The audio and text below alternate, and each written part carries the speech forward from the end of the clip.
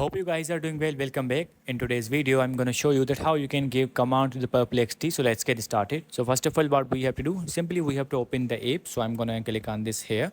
And after that, as you can see, it's option the ask anything here. So if you want to ask, you can also do that. Or if you want to write anything, you can also do that. So I'm going to click on this. For example, I'm going to write the Tesla here. You can write about whatever you want. I want the Tesla model or Tesla stock price. Let's say Tesla stock. So let's click on this. And after that, as you can see, you will be able to see the live exchange of this Tesla. And you can also check out the details as well. I'm going to bake again. So let's suppose we are going, I'm clicking on the not now. And let's go to the bake again. For example, I want the Bill Gates data here. So you can write whatever you want. Let's write the Bill Gates. Okay. So I'm going to write the Bill Gates here. Let's click on this. And after that, you will get the details about him.